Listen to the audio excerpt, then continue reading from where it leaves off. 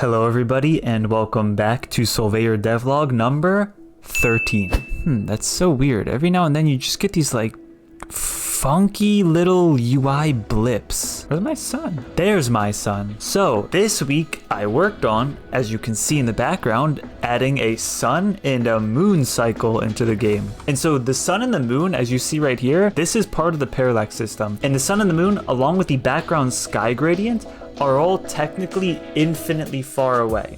So they will not move as you move. Yikes. Oh, okay. Nah. And one thing I had to do this week for the sun and the moon in the background was to make sure that it stretches and scales with the screen resolution or your zoom level. So that if you pay attention to this background sky gradient right here, it's about a little bit underneath my health bar. That's where the level is. If I go ahead and zoom out, you see, it maintains that ratio.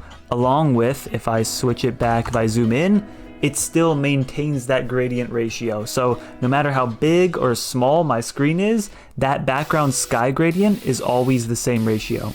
Which is important because if the sky is infinitely far away, it doesn't matter how zoomed in or how zoom out you are, it'll always be that same distance away. And I have the sun scaling disabled right now, but the sun will do the same thing where the size of it moves proportionally to the zoom distance. And that's another thing I had to do that I didn't think I would have to do, but originally I just had the sun and the moon rotating around a circle, just a simple circle, and the moon would move the opposite of the sun.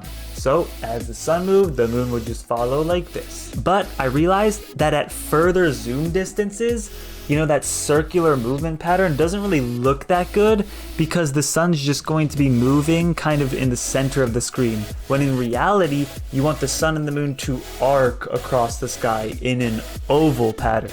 And so that's why I added this. The ability to change the sun and the moon's arc. So it's no longer a circle, but rather an oval. And so I can change, you see, I can go ahead and mess with the X size of the oval. So this is a real, oh, that's negative. So this is a really like tight oval. So depending on the time of day, you see if I decrease the radius, it's just going to be going around in this really tiny circle. But if I set it to morning, for example, this is what it should actually look like. It should start almost all the way to the left and throughout the day, move closer to the center. And this is what it looks like at midnight, which leads me to my next point.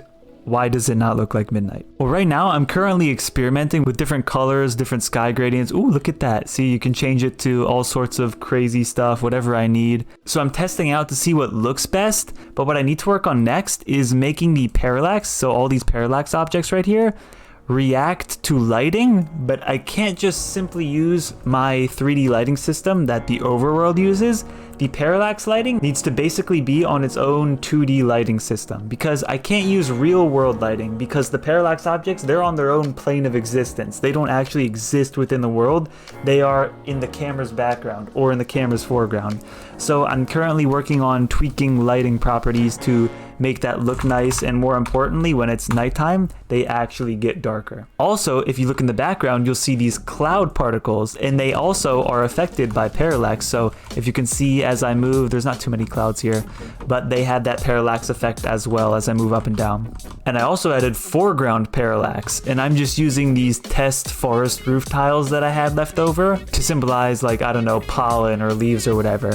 But now I can use the parallax system for foreground objects, for anything in front of the camera. But these little guys are just floating around the camera right now, just for testing purposes. I did a ton of other improvements across the board to the parallax system and all this stuff, but I will spare you the details with that. Come join the Discord if you're interested, and I will see you next week, where I